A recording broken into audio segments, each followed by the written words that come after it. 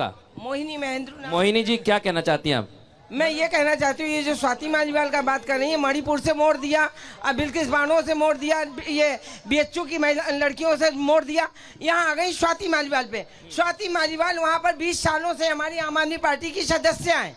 मुझे मालूम है मेरे घर में कौन। अच्छा, अरविंद केजरीवाल ने भी तो माइक मोड़ दिया था। आप कह रही मुद्दा मोड़ दिया, उन्होंने कहा माइक मोड़ दिया था। उन्होंने तो क्या बात सुनिए, ऐसा हुआ संजय सिंह जब बोले ना, तो मुझे पता नहीं होगा, बाहर अंदर घर में पता कर लिया करिए आप महिला है, और महिला होने के बाद महिला होने के बाद बोलने दीजिए, मेरी बात सुनने की ताकत रखिए। मैं सच बोल रही हूँ, एक महिला हूँ, चाहे स्वाति मालीवाल हो, मेरी बेटी के बराबर है।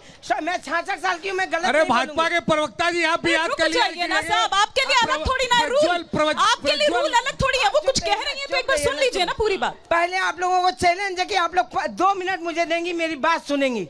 देखिए, मैं अपने घर में रहती हूँ, किस कमरे में क्या है क्या नहीं वो मुझे मालूम है। स्वाति मालीवाल ठीक है, वो 20 साल से आती थी, केजरीवाल जी से मिलना जुलना था, सब लोग आते हैं, लेकिन वो जिस तरीके से आई थी, वो उनका मकसद था बीजेपी सेल से मिलके कि मेरे केजरीवाल जी को फंसाना। चूंकि वहाँ पर विभव जी नहीं थे, जब वो पहुंची हैं तो वो विभव जी उस रूम में नहीं थे, उस रूम में सीसी कैमरा नहीं है, लग रहा है वहाँ पे। लेकिन हम लोगों को आपने सुना होगा स्टिंग ऑपरेशन। मैं लोग ऐसी जगह का गुप्त कैमरे से फोटो ले लेती हूँ, अगर वो उस जगह मैडम आपका सवाल क्या है? ये कहानी, एक मिनट, ये कहानी हमने बहुत सुनी, और मैं हिमानी एक बार आपके पास आ रहा हूँ। ये कहानी प्रीति जी और हिमानी लाइन बोलूंगी। संजय सिंह कोई पार्टी के छोटे मोटे कार्यकर्ता या आम कार्यकर्ता नहीं है, राज्यसभा सांसद हैं और पार्टी में बड़ा कद रखते हैं। वो प्रेस कॉन्फ्रेंस करके कह रहे हैं कि स्वाति मालीवाल के साथ विभा कुमार ने अभद्रता की। बिल्कुल ठीक है, चौरसिया जी मौका आप दे ही नहीं रही है, तो मैं क्या बोलूं? क्यों बोला? बोल ही नहीं रहे, और कैसे मौका? बिल्कुल आप एक पक्ष दे रही है।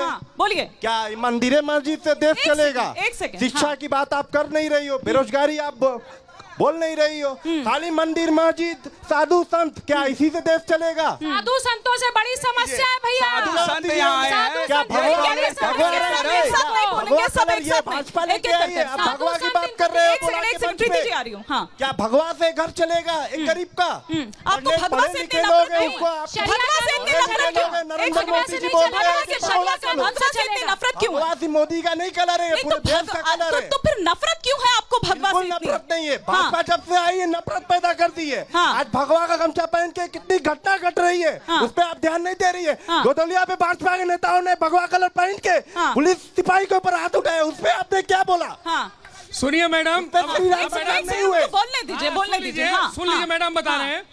ये भारतीय जनता पार्टी की सरकार जो है पूरी तरीके से गुंडाई पे, बलात्कार पे उतर चुकी है। ये आप कह रहे हैं? हम कह रहे हैं, हम कह रहे हैं। लड़के हैं, लड़कों से गलतियां हो जाती है।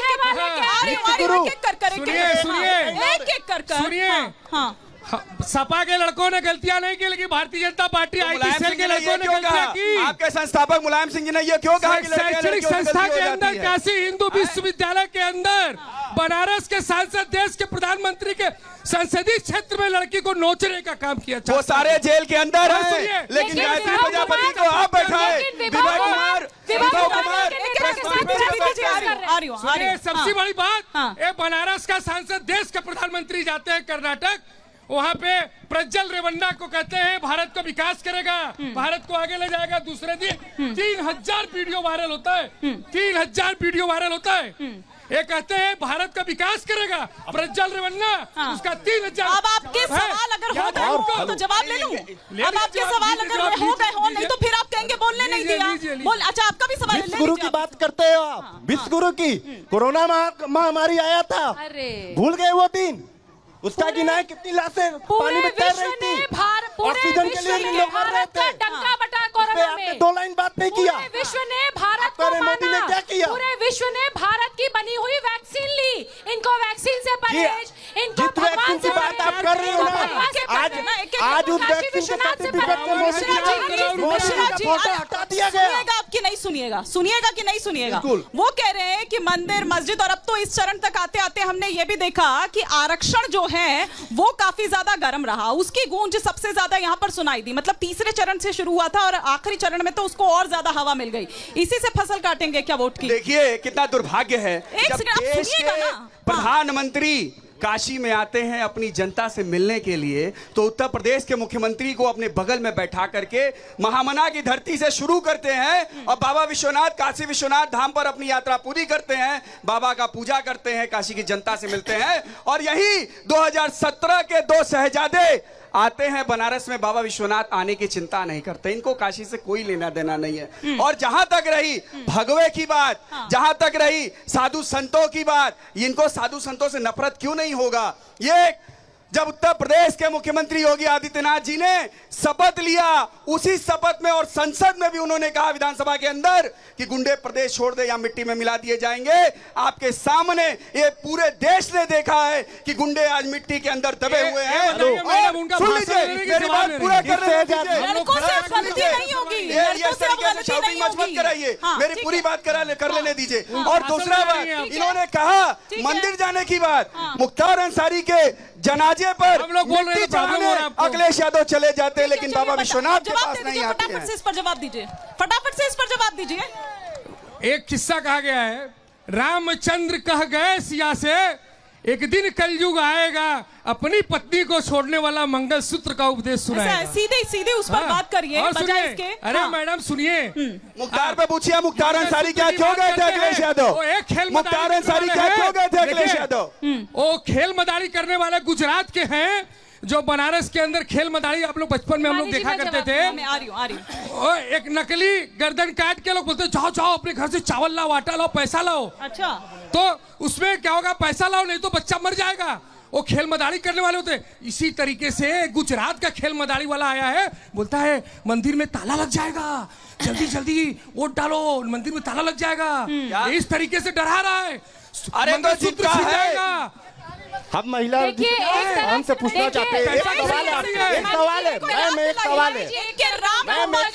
सुनिए, उनको तो लगेगा ही, क्योंकि आपके लिए तो भटकी हुई जगह है ना, वो आपके लिए भटकी हुई जगह है। मैडम एक मिनट राय साहब, जनता ने खटाखट फटाफट कर दिया। राय साहब एक मिनट, इसके बाद मैं जनता के पास जाऊंगा। और हम आपको बता रहे हैं, 1 तारीख को अच्छा राय साहब, ठीक है, एक मिनट चपाचप महिला शक्तिकरण पे एक सवाल पूछना चाहते हैं। रुक जाइए, ऐसे नहीं होगा ना कि आप लोग जब मन आए तब बोल पड़ेंगे, ऐसा नहीं होगा।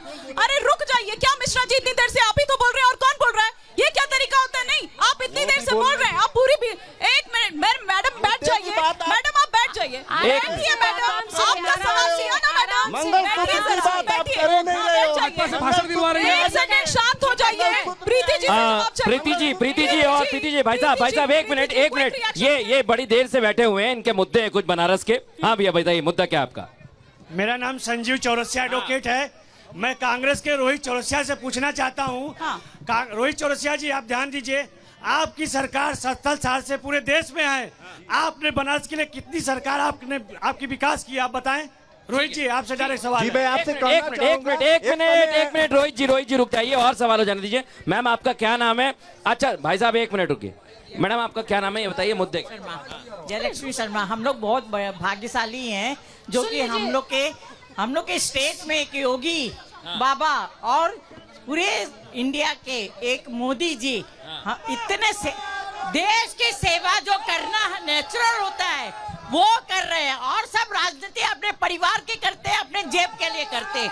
इन लोग में कोई भी ऐसे संदेह नाम की चीज नहीं रह गई है। बहन जी, इन लोग जो करते हैं नेचुरल देश की सेवा। आप कहाँ से हैं? नेचुरल देश की सेवा करते हैं। कहाँ से हैं, किस प्रदेश? इधर की हूँ, मृदुल जी पूछिए। यहीं की है, बनारस की है वो।